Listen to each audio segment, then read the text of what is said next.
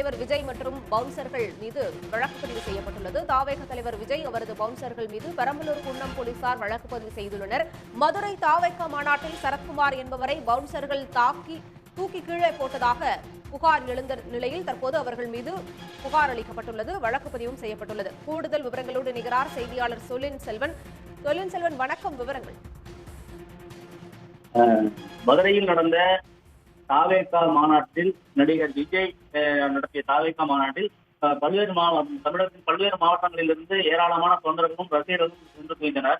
அந்த வகையில் பெரம்பலூர் மாவட்டம் குன்னம் அருகே உள்ள பெரியமாபாளைய கிராமத்தைச் சேர்ந்த சரத்குமார் என்பவர், அதாவது சந்தோஷம் என்ற பெண்மணியின் மகன் சரத்குமார் என்பவர் அந்த மாநாட்டில் வந்து பங்கேற்கிறாரு. அப்ப மாநாட்டு விஜய் நடைமேடையில இருந்த அந்த கம்பியில ஏறி விஜய் பக்கத்துல போய் பார்க்கணுங்கிற ஒரு ஆர்வத்துல ஏறுறப்ப பவுன்சர்களால் தூக்கி வீசப்பட்டதாக ஒரு புகார்.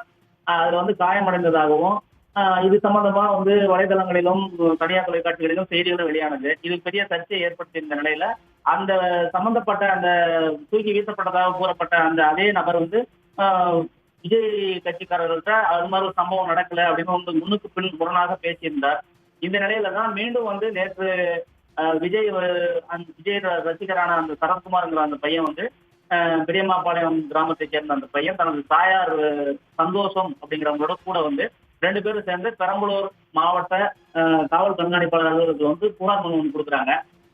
இந்த புகார் மனுவில் விஜய் மற்றும் விஜய் பவுன்சர்கள் தன்னை தாக்கிட்டதாகவும், விஜய் நான் பார்க்க ஆர்வமா மேலே ஏறினப்ப பவுன்சர்கள் தூக்கி வீசினதை எனக்கு நெஞ்சில் அடிபட்டுச்சுன்னு சொல்லி அந்த சம்பந்தப்பட்ட சரத்குமார் புகார் தெரிவிச்சிருந்தாரு.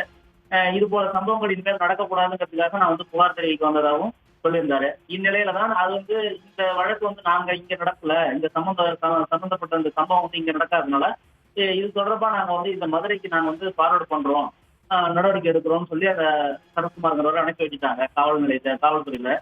இந்நிலையில பெரியமாபாளையம் அருகே உள்ள குன்னம் காவல் நிலையத்துல இந்த புகார் மீது வழக்கு பதிவு செய்ய சொல்லி மாவட்ட காவல்துறை நடவடிக்கை எடுத்திருக்கிறாங்க. அந்த வகையில நேற்று நள்ளிரவில் வழக்கு பதிவு நடைபெற்றிருக்கிறது. வழக்கு பதிவுல பாத்தீங்கன்னா தூக்கி வீசுதல், அதாவது ஆபாசமாக திட்டுறது, தாக்குறது, தூக்கி வீசுறது அப்படிங்கிற மாதிரி ஒரு 3 பிரிவுகள்ல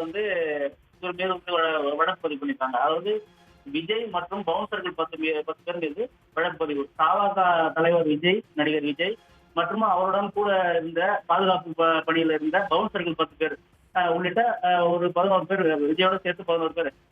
அவங்க பெயர் தெரியாதனால பெயர் தெரியாதவர்கள் 10 பேர்னு போட்டு விஜய் உள்ளிட்ட 10 பேர் அப்படிங்கிற மாதிரி போட்டு விஜய் மற்றும் பவுன்சர்கள் 10 பேர் போட்டு வழக்கு பதிவு பண்ணியிருக்காங்க. 3 பிரிவுகளுக்கு வழக்கு பதிவு நடைபெற்றிருக்கு. விவரங்களுக்கு நன்றி சொலின் செல்வன்.